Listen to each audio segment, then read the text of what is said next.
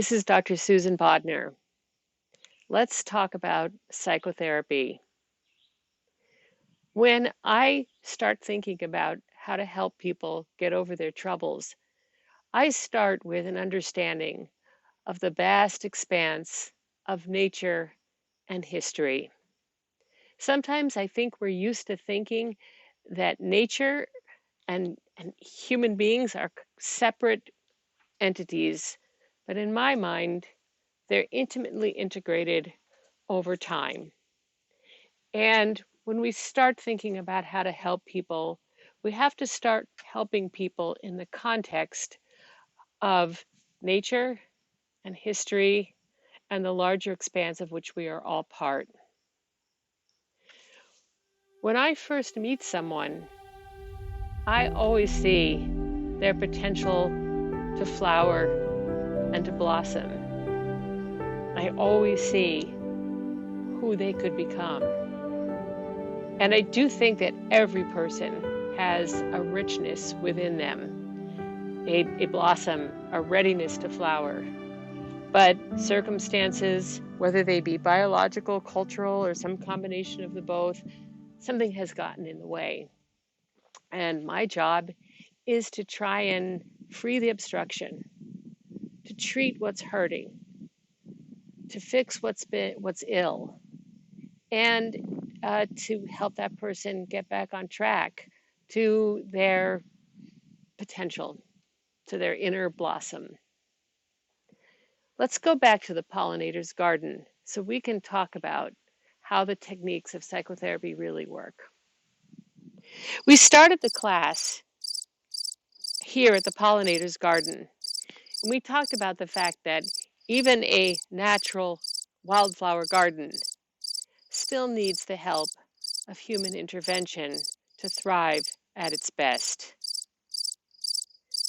If you take a look at the things growing here, it's wild, it's natural, but I've also helped it along at various points, whether it's trying to keep invasive plants to a minimum, whether or not it's trying to make sure on really dry days that they get some water, or in some circumstances, removing pests that were threatening to destroy the whole garden. Easy enough to just remove an insect. It's a little bit harder to remove a psychological problem. So it makes sense to be able to understand that the process of psychotherapy is a combination of using what's natural and what's an intervention. And interventions can both be spiritual, they can be medical, they can be words. All of them work, and we are encouraged to use them all. Let's take a walk. This is how we're going to finish our course. Because I want you to understand the importance of psychology in today's world really rests in the psychologist's ability to work with people in their environments, as if I hadn't made that clear. There are lots of different techniques that can be helpful to people. We can use words, psychodynamic therapy. We can try to understand people's roots and their origins. We can use cognitive behavior therapy to try to help them learn new patterns, think about something, conceive of something different, frame something differently. We can use DBT, helping people learn to self-regulate. It's really important. Spirituality, mindfulness, exercise, good nutrition, all of those things can work.